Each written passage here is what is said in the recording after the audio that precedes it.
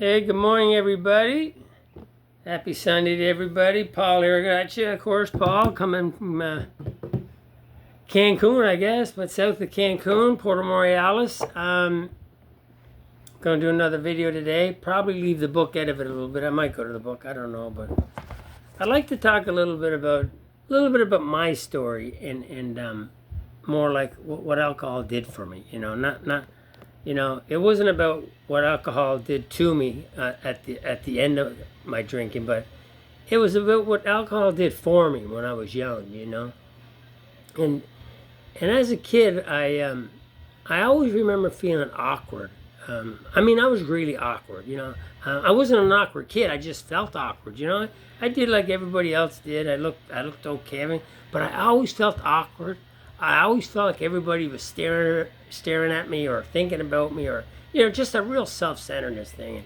And that's what alcoholics are. We're selfish and self-centered, and even before we take a drink. And that's not an insult. That's just part of the disease. They wrote that decades before I was born, that we have a self-centeredness about us. It's part of the disease, and it's a big reason we drink. As a matter of fact, it's really the only reason we drink. Is selfishness and self-centeredness is the root, of our troubles. Yeah, resentments are the number one offender, but that's a manifestation of self.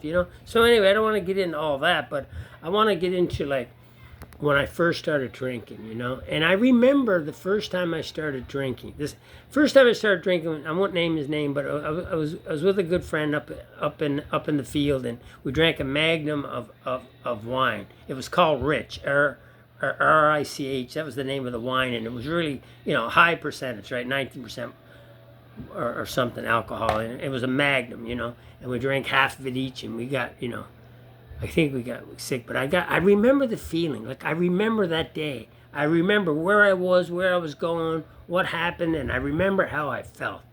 I remember everything about the time I took my first drink. But I can't tell you when I had my first banana split. I can't tell you what it was like when I had my first, hamburger or my first piece of pizza.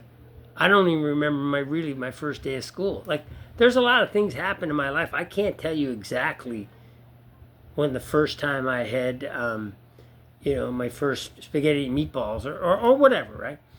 Because alcohol did something for me that nothing else did. Alcohol made me feel a certain way that I would never, ever forget. The book talks about we'll never forget that ease and comfort that comes at once, and with taking a few drinks. And I remember that even like 45 years later, I can still remember what it felt like to take that first drink, And I remember once, I'll tell you a little story. I remember once another time I was at at a dance, KLC dance, and I won't say her name either, but I had a big crush on this girl for 5 years, and she lives up the street from me, and I always had a crush on her, but I was always shy. I didn't have enough, I didn't have enough guts or enough courage to, ever talk to her, ask her out or whatever. And I remember I went to this KLC dance, and I was drinking outside one time, and we went into the dance, and I was half lit. I'm not hammered drunk, but I was feeling good. You know that feeling, right? When you have a few drinks and stuff, you're like 12, 13 years old, man. You're not yourself. You're somebody else. You're somebody with no fear and no. So there was nobody dancing at this dance. All the girls were on one side. Remember that with the some of you do, but they had the old, the old ball, crystal ball, or whatever they call that thing. I forget now. And all the guys were on the other side of the hall, and nobody was dancing. And they had Journey playing and everything, and I remember walking across the floor to ask this girl that I had a crush on to dance, because I had the courage finally, to ask her to dance, and nobody else was dancing, and we were young, and I went over in front of everybody and I asked her to dance, and she said no, and I did not care. Like, I didn't care that she said no in front of everybody. Alcohol was going to be my friend for a long time. I don't think I would have got through junior high, high school, college without alcohol. In a lot of ways, it gave me a life. You know what I mean? It did things for me that pizza and hamburgers and ice cream did not do. you know, and I'll never forget the first time that I drank, and I'll never forget the feeling. And because I never forgot that feeling, anytime I was restless or irritable or scared, like I don't know about you guys, but I could never go to like a college party or a high school dance or a birthday party, you know, a teenage birthday, without taking a drink or having a drink. Like, it was impossible for me. I wouldn't have any fun. Like, I would be just sitting there nervous, you know. So, you know, it worked for quite a while, you know, up until it stopped working. But you know, when alcohol did work, it took away. It's not even what it gave to me. It was more like, what did alcohol take away from me, you know? Like, it took away fear. It took away what I thought people thought of me. You know, it would take away, you know, anger, and it would take away awkwardness. You know, and it would take away, you know, my ability to ask somebody to dance or something, and then.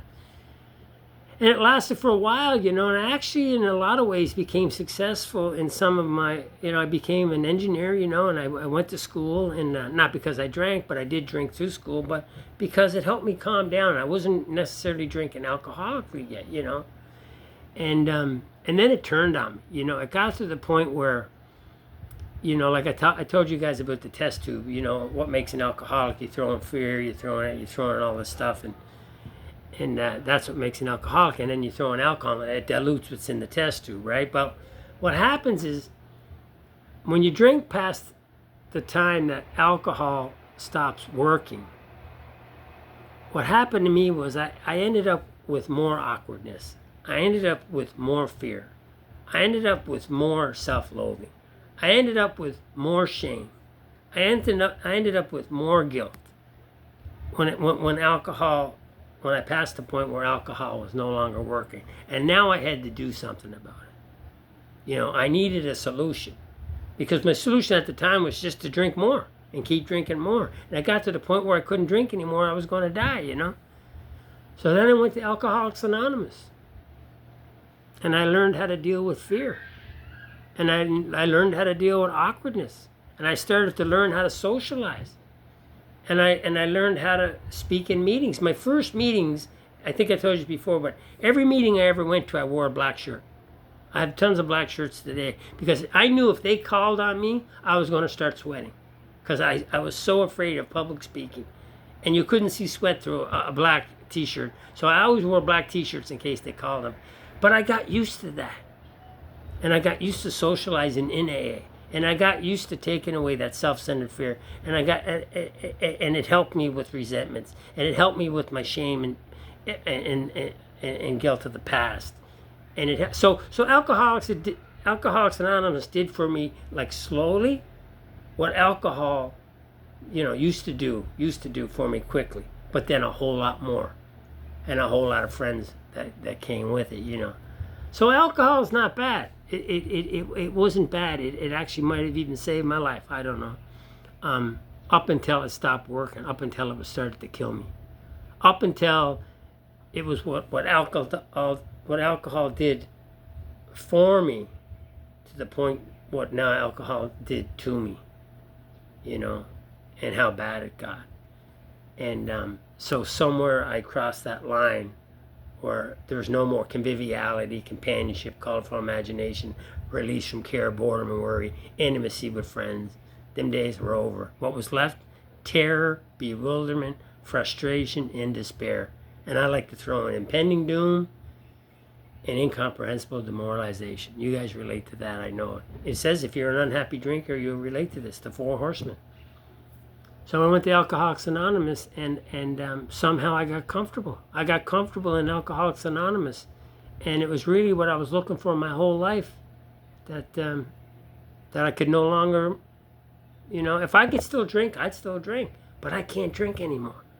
You know, don't applaud me for not drinking, like Frank M used to say. If I could drink, I would, but I can't drink, so I come here. So for me, it's either Alcoholics Anonymous, which treats alcoholism, or it's alcohol, which also treats alcoholism. And when the alcohol stops working, for me, you either die or you go to Alcoholics Anonymous. And Alcoholics Anonymous to me is a miracle. It's an absolute wonderful program. And it saved my life and saved many others. And that's kind of a little bit about my story. And I don't know if you guys got anything out of that, but I know when I talk about fear, and I talk about guilt, and I talk about shame, and I talk about secrets, I know for a fact you guys relate.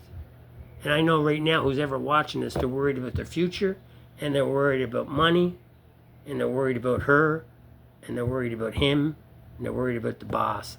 Like, that's alcoholism, you know. We're always in some type of state of worry or resentment or frustration. And we got a program. We got a beautiful program, right, that deals with all those emotions. And we are blessed. And it's free. It's 100% free.